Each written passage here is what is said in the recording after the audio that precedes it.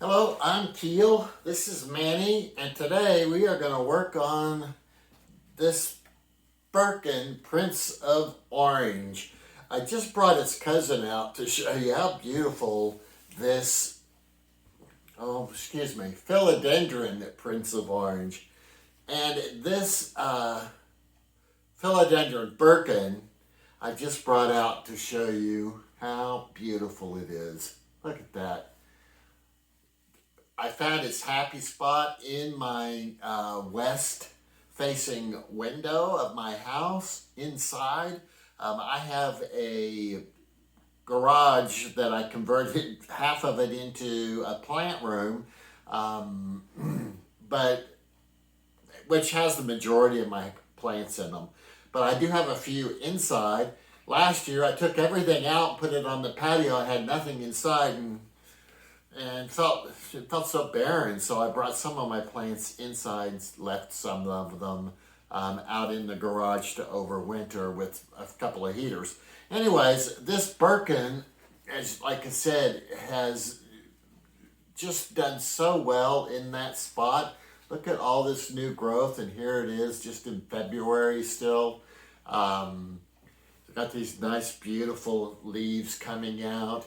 And in case you don't know, with these Birkins, they start off almost pure white like that. And then as they get older, they get variegated, more dark green comes in. They get darker, darker, until the oldest, very oldest leaves are just a solid green. Its cousin, the Philodendron Prince of Orange, is similar in the fact that the new leaves, they'll come out orange, and then as they get older, they darken and darken until they turn solid green. I bought this plant as a clearance plant at Lowe's for, let's see here, $4.24 back in October. Now, it has been out in my garage almost that entire time, and it hasn't really responded. It does have this one new little shoot on it, but it's just been sitting there almost dormant for almost 4 months now. So I brought it in. I'm going to give it some different soil. I tend to be a heavy water, so I like to use a chunky soil, which is something I picked up from watching some other YouTube channels, and it's really helped me a lot. So anyways, I'm going to show you that. I'm going to take this out of this pot. I don't think it's root bound or anything. I just don't think that it's happy in this pot with that particular soil. And again, probably the lighting. So anyways, I'm going to put it in a new pot. I'm going to use this since this pot has been so successful, this is one of those self-draining pots, as they call them. Again, like I said, I'm a heavy water. So I have another one of these. If you could see down in the bottom, they have a built-in tray in the bottom. So when you water, the excess water does go and stand in there. You can pour it out, or I usually leave it for a day or so and see if it gets soaked back up in. If not, then I dump out any of the excess. So since this one has responded so well in this pot, I'm going to put this guy in the same kind. I am going to put some chunky soil in it. I'm going to show you that here in just a second. I'm going to put this beautiful guy over here. These are a few of my cuttings, propagations from a, why do I always have such a hard time remembering spider plants? Well, I can't remember that, and it's such a common plant. I've had them for years. Anyways, so I just pick up the spiders, stick them in these little pots, get them going. These guys have been in here for a couple of months now. They look like they're rooted, so they'll be happy to go out on the patio come the summer as well. Okay, so let's see what we got here. We make a little room, kind of clear some place. Do you guys have these philodendrons? I really like this Birkin. I've had plants, since the late '70s, early '80s, off and on, and I've never seen such a variety as there are now compared to, many years ago. Um, So I don't remember these type of plants back then. They may have been around, but they were probably very expensive and very hard to come by. Um, I just don't remember them. But I was just kind of a casual plant grower. I grew the spider plants. I grew the pothos, rubber trees, the umbrella trees, Jades used to be really, really popular, etc. But like I said, all these guys, I just don't really remember. Okay, so anyways, back to the task at hand. This is a little boot tray I picked up from the what used to be the dollar store. This works out great. It was $3. $3, that's all.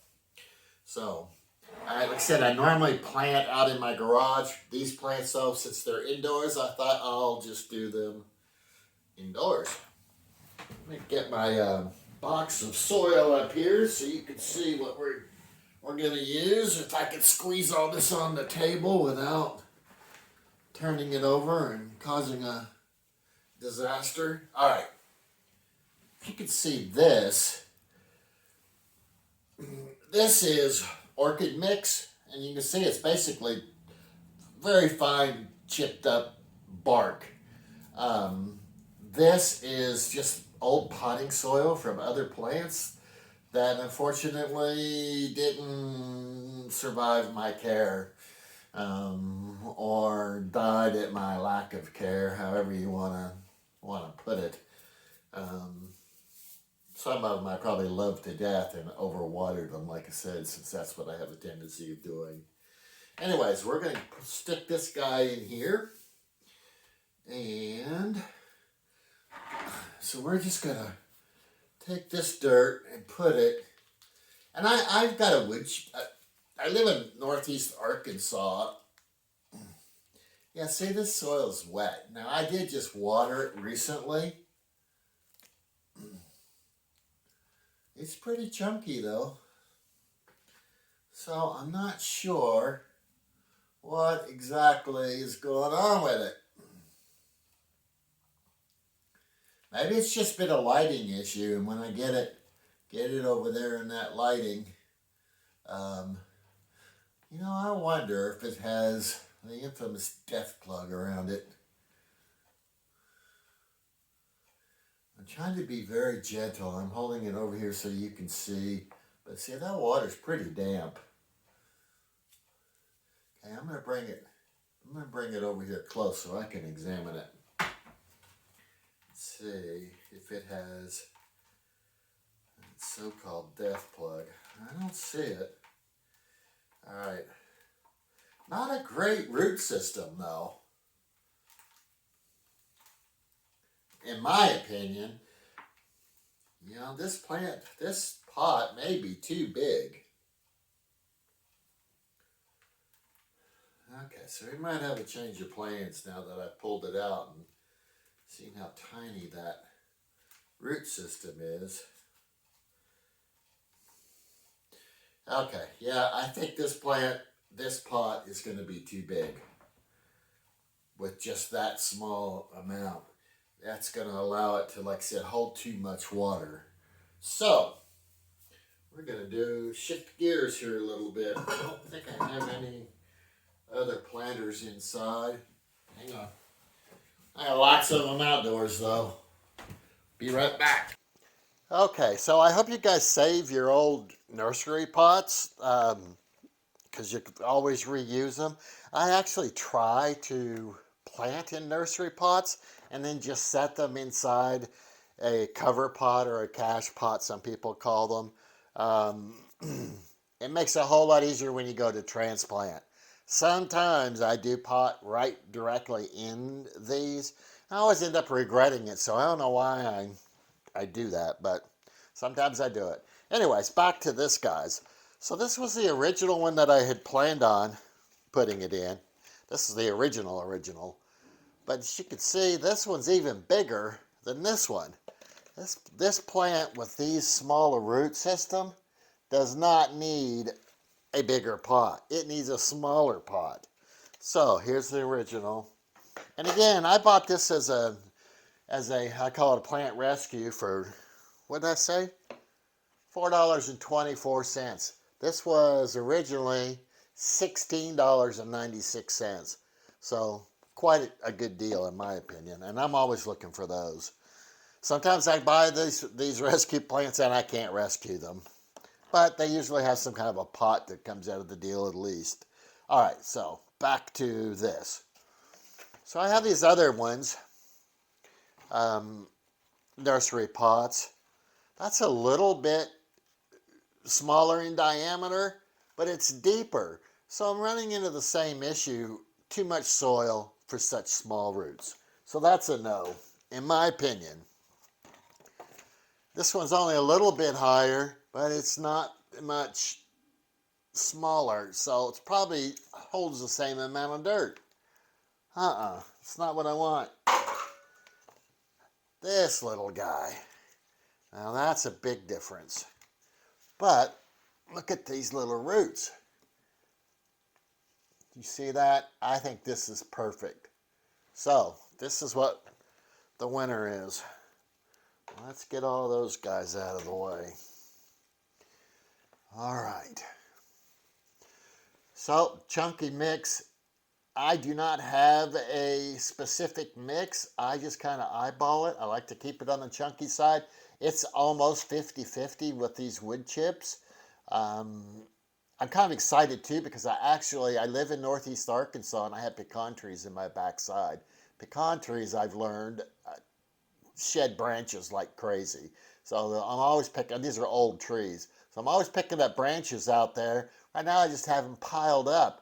So I ordered a little home version of a wood chipper, an electric one, that I hope I can use to chop up all those branches. I don't have to buy any more wood chips anymore, which is a good thing because the majority of my plants need to be repotted come spring. And like I said, I've gone towards, I didn't always do this, but I've gone towards this chunkier mix, and my plants have responded incredibly because, like I said, I like to water. I try not to go crazy, but sometimes I do. All right. Anyways, let's get back to this little guy. So it's hardly going to take any potting soil. Old potting soil back in the box with this stuff. It'll get mixed in. Add some new potting soil, fresh potting soil in there, and build up the nutrients and what have you. There we go. Okay, I'm going to bring that up just a little bit. I don't want it sitting too deep in that pot, but I want to make sure that it's got enough support. All right, there we go.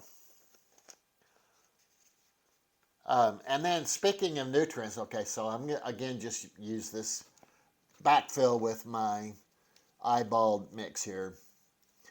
But use what works for you. Everybody is different. It's just like cooking. Everybody's got a different way of doing it, and it works for them, and they're happy, and their family's happy, and so same way with plants. Do what makes them happy and what makes you happy. All right, so where was I at? Oh yeah, nutrients. I'm not very good about scheduling fertilizing, so I fertilize every time I water. I just dilute the fertilizer for whatever the package says to do for houseplants, and then do it every time I water. And I don't have to, it's one less thing I have to think about and keep track of, so works for me. I think it works for my plants. The majority of my plants are happy. You always going to have a few. There's a few things I cannot grow. Sadly, I can't grow begonias. I kill them every single time. Um, Calatheas, I've killed, I don't know how many of those. I have one that I'm, an orbifolia that I'm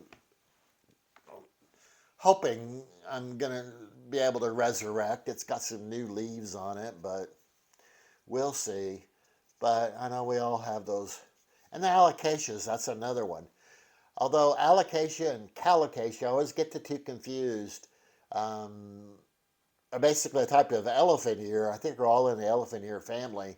And now I can grow elephant ears outside, and I even have a couple in my um, plant room slash garage that are going to go back out into the ground. But I brought them in over the winter, and they look fantastic. They may end up inside the house next year.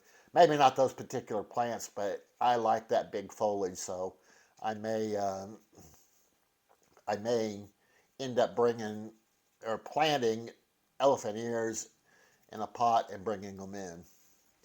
Okay, I think this is going to work out much, much better.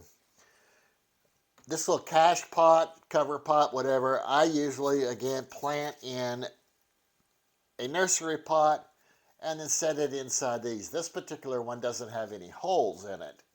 Um, so I take a little piece of styrofoam, save some styrofoam out of your next Amazon order and just drop it in the bottom so that the pot, this is about, a half an inch thick probably, so that the pot sits up off of the bottom, and any water, excess water, has a place to drain to, and your plant isn't sitting in a bog, because they don't like that. The majority of houseplants do not like that.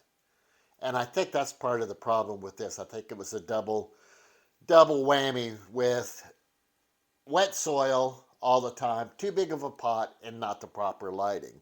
So I think I've corrected all of that just that easy. And I'm looking forward to getting that over next door to its cousin and letting it enjoy that same sunshine. Okay, so that's it. Now, if this is your first time stopping by, thank you. I appreciate it. Welcome. If you've been here before, thank you for coming back.